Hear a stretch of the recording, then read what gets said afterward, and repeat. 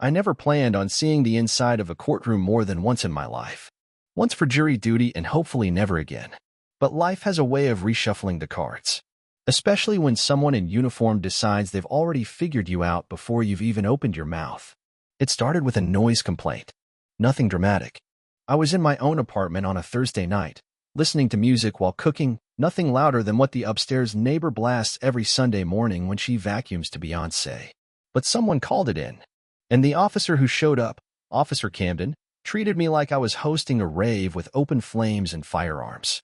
He didn't knock. He banged, like he was about to kick the door in. When I opened it, still wearing my apron and holding a spatula, he immediately stepped inside without asking. Didn't introduce himself. Just started scanning the room like I was hiding something under the couch cushions. Turn the music off, he snapped. I did. Quickly. Even apologized. But it didn't matter.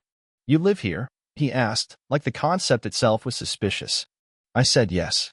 Showed him my lease. My ID. Even pointed to the mail pile on the counter with my name on it. He barely glanced.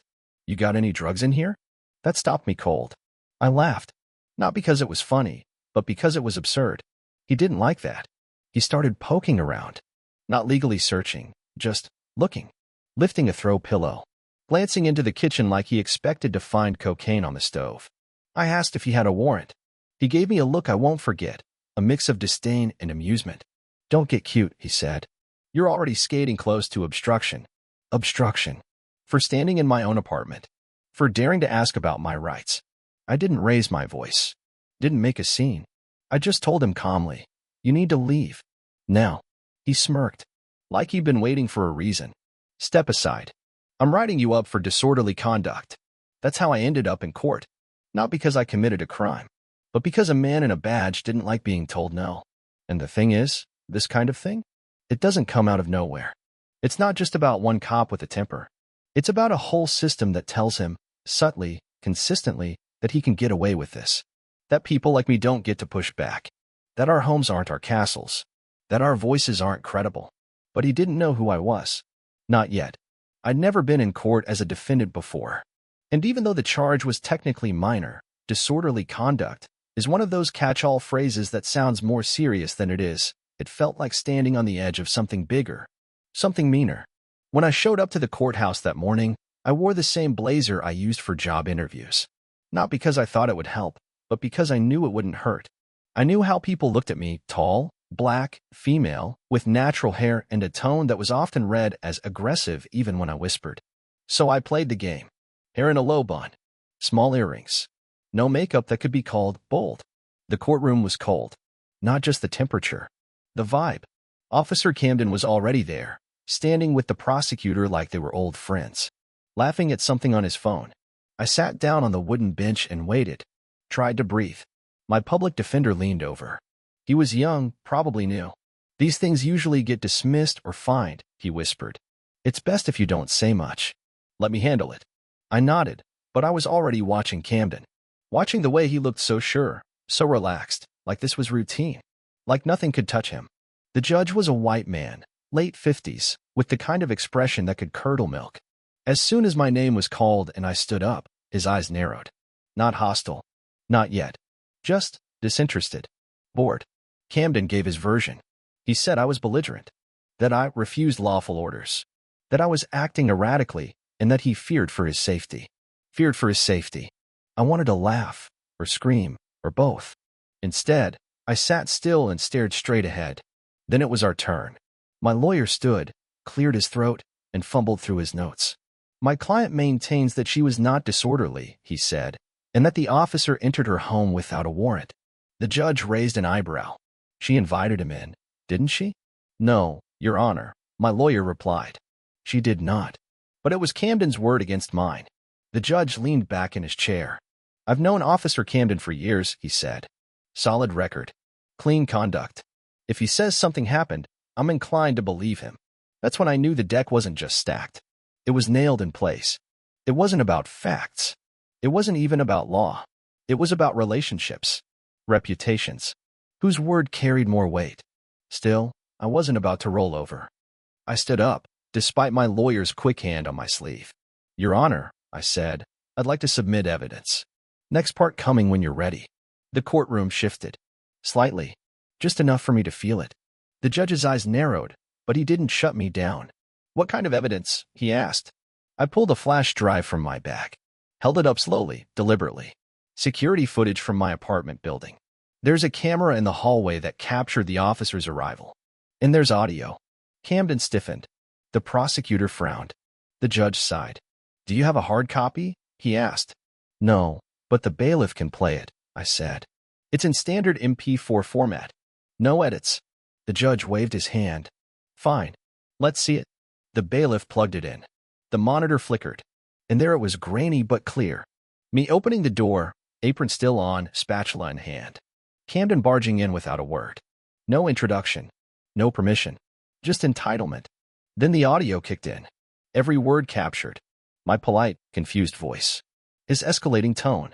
The threats. The moment he told me not to get cute. I didn't look at Camden. I watched the judge. His face didn't change much. But he shifted in his chair. He wasn't relaxed anymore. The video ended. Silence.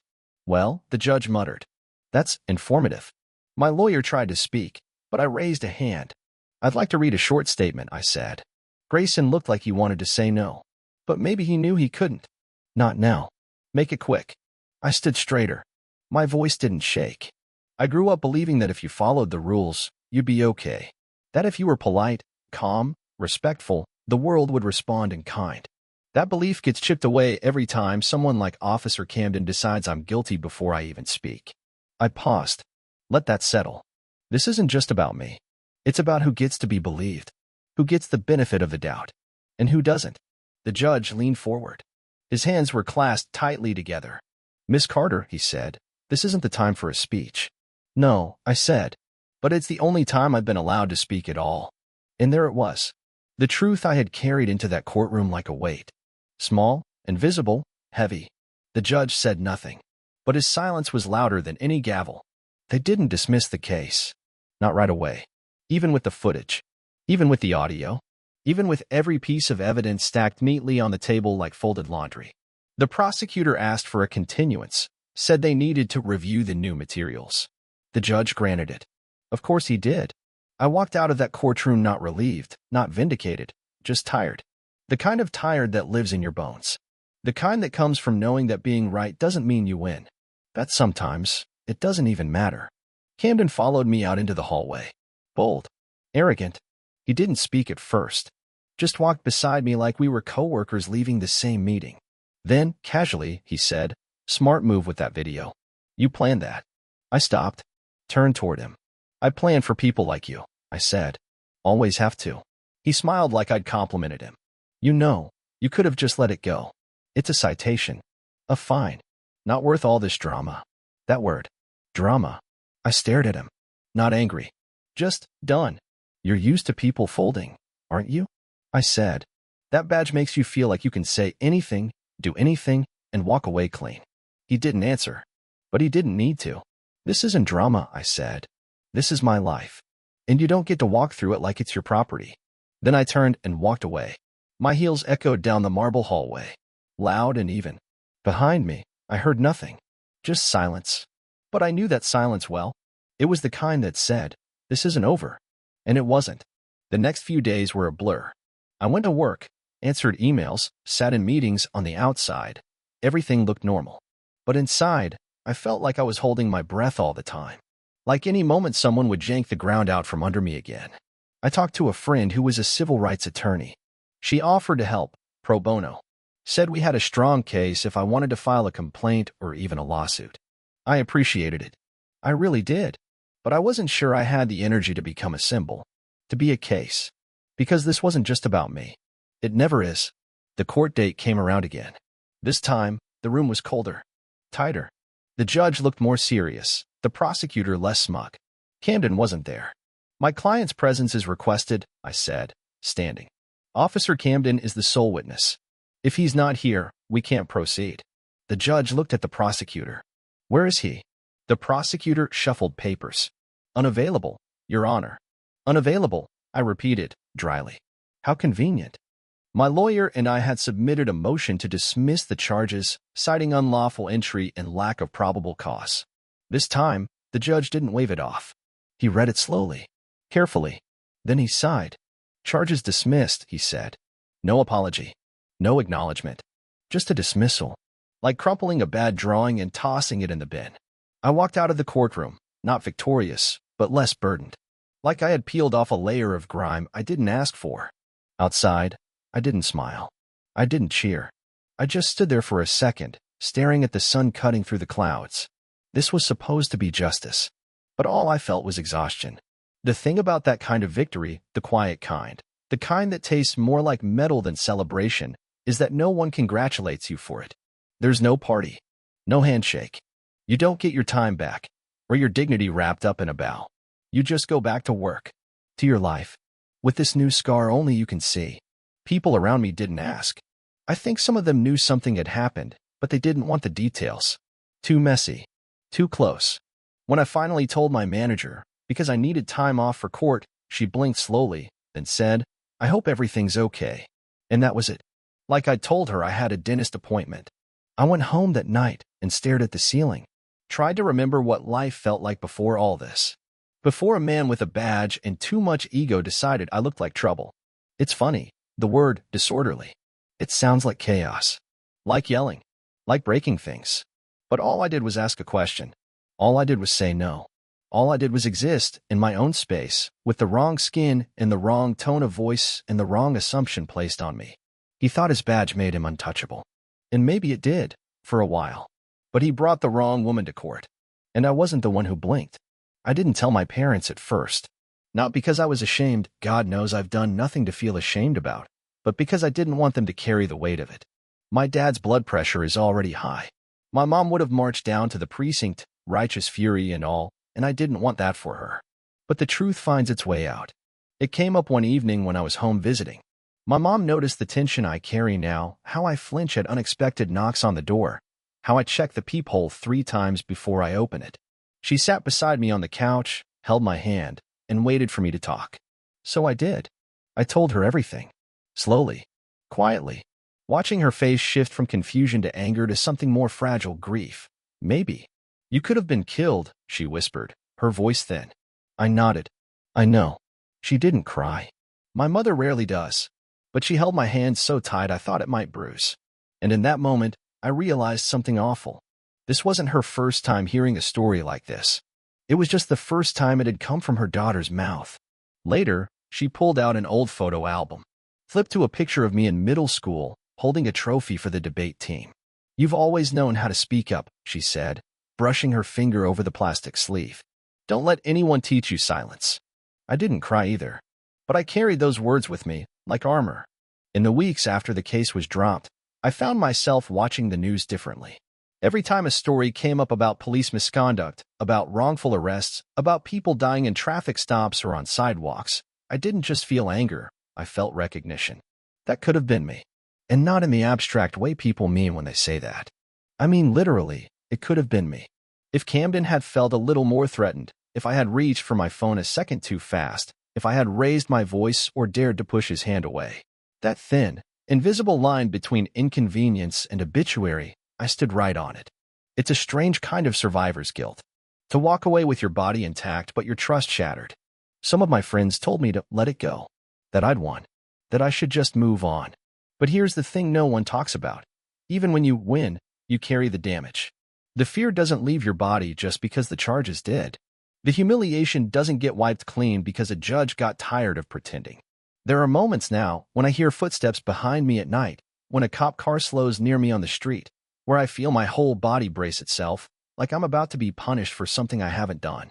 This isn't paranoia. This is memory. It's experience. It's the residue of being treated like a threat in your own home. And it's not just me. That's the part that burns the most. This is happening all the time, to people with fewer resources, with less luck, without security cameras or a friend who knows an attorney. And most of those stories don't end in a courtroom. They end in silence. I started writing everything down. Not because I thought I'd forget. I couldn't if I tried. But because I needed to see it all laid out. I needed the paper trail, the evidence, even if no one else ever read it. A kind of proof that it happened, that I wasn't imagining the look on Camden's face or the judge's boredom or the way the air changed in that courtroom when I refused to back down. One night, I sat at my desk and opened the official complaint form for the department's internal affairs unit. I stared at the empty fields, name, date, badge number, and for a while, I just sat there. I wasn't afraid. Not exactly. But I knew what filing it meant. It meant more hearings, more scrutiny, more risk. But I also knew that silence lets rot take root. So I filled it out. Every box. Every line. I attached the footage, the transcript, my statement. I made copies. Sent them in certified mail. I didn't expect fireworks. I didn't expect apologies. But I expected something. What I got was a letter. A single paragraph, 2 weeks later, informing me that the matter had been reviewed and resolved internally. That was it. No follow-up. No questions. No acknowledgement. Just the soft, bureaucratic sound of a door quietly closing in my face.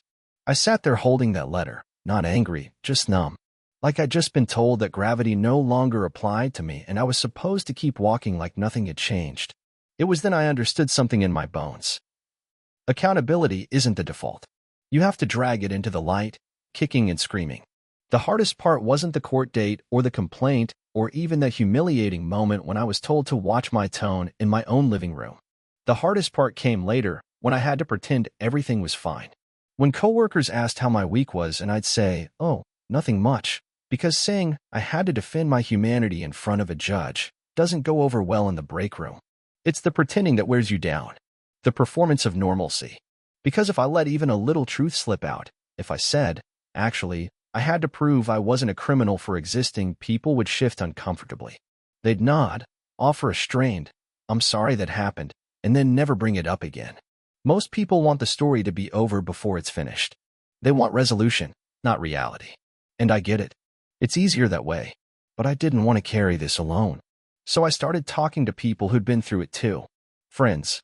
Friends of friends. Strangers online. And what I found was worse and more comforting than I expected. Everyone had a version. The details were different, the city, the cop, the charge, but the pattern was the same. A look. A presumption. A refusal to listen. A sudden shift from conversation to control. It wasn't just Officer Camden. It wasn't just me. It was the system flexing in 100 quiet ways. Daily. Relentlessly. Enough to make you question your sanity, your worth, your right to take up space.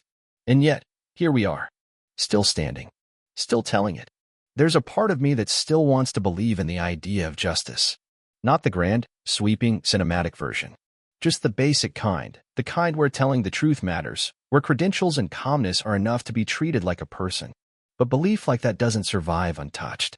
It gets weathered, bent, bruised. And in its place, what I've learned to trust is this: the power of keeping receipts, of documentation, of community, of refusing to disappear. After my complaint was dismissed, I posted the security footage online. Just the clip of Camden entering without a warrant, followed by the transcript of the court exchange. I didn't add commentary. I didn't need to. It spread quietly, then quickly. A few shares turned into hundreds. People started tagging the department. Journalists reached out. A local watchdog group asked for an interview. Suddenly, the silence I'd been handed by internal affairs wasn't holding up anymore. A week later, I got a different kind of letter. This one from the city council. Polite, careful language. Reviewing officer conduct. Community concern. Appreciate your courage in coming forward. It was bureaucratic theater. But it was a crack in the wall. I wasn't naive. I knew the machine didn't turn on a single story. But I also knew stories like mine had a way of sticking. Of pulling on threads. And sometimes, that's all it takes to unravel something bigger. One morning, a colleague I barely knew stopped me in the hallway. "I saw that video," she said, softly. "What happened to you?" "I just wanted to say I'm sorry. And thank you for sharing it." I nodded, said thanks, kept walking. But inside, something shifted. Because that's what they don't tell you about speaking out, how isolating it can feel. How even when people agree with you, they stay quiet. Not because they don't care, but because they don't want to get pulled into the current. But sometimes, someone reaches back. And in that moment, you remember you're not alone in the water. The video kept circling. Slowly, it became more than a clip.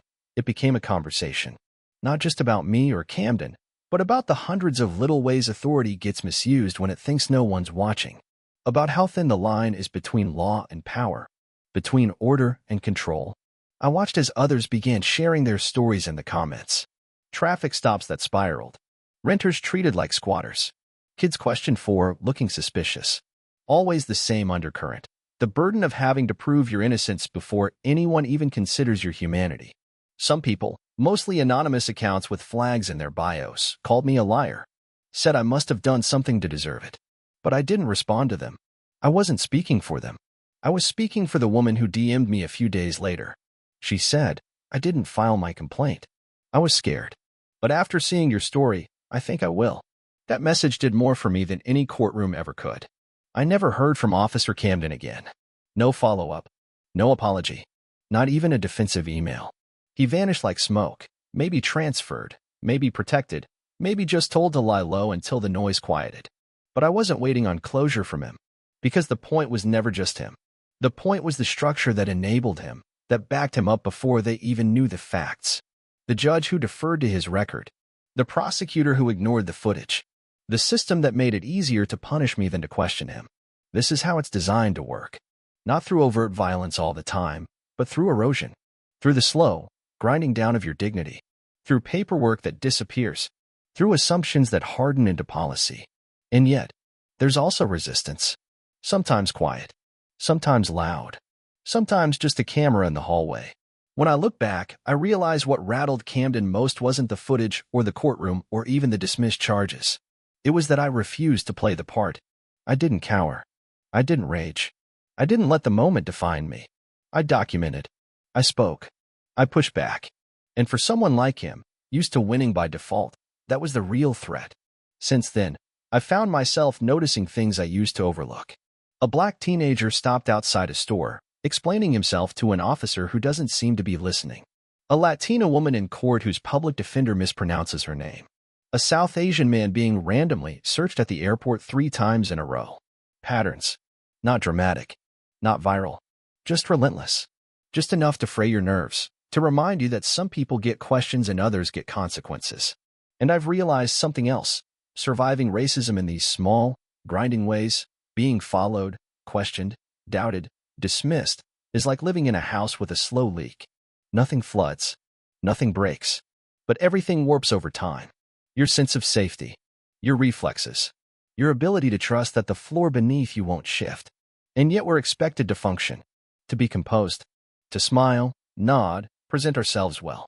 To be calm while being provoked, polite while being dehumanized, grateful when we're spared punishment for something we didn't do. That's the unspoken contract. The performance we're forced into. But some of us aren't performing anymore. Some of us are documenting, resisting, speaking, connecting. Not out of anger. Out of necessity. Because silence doesn't protect you. It just makes you easier to ignore.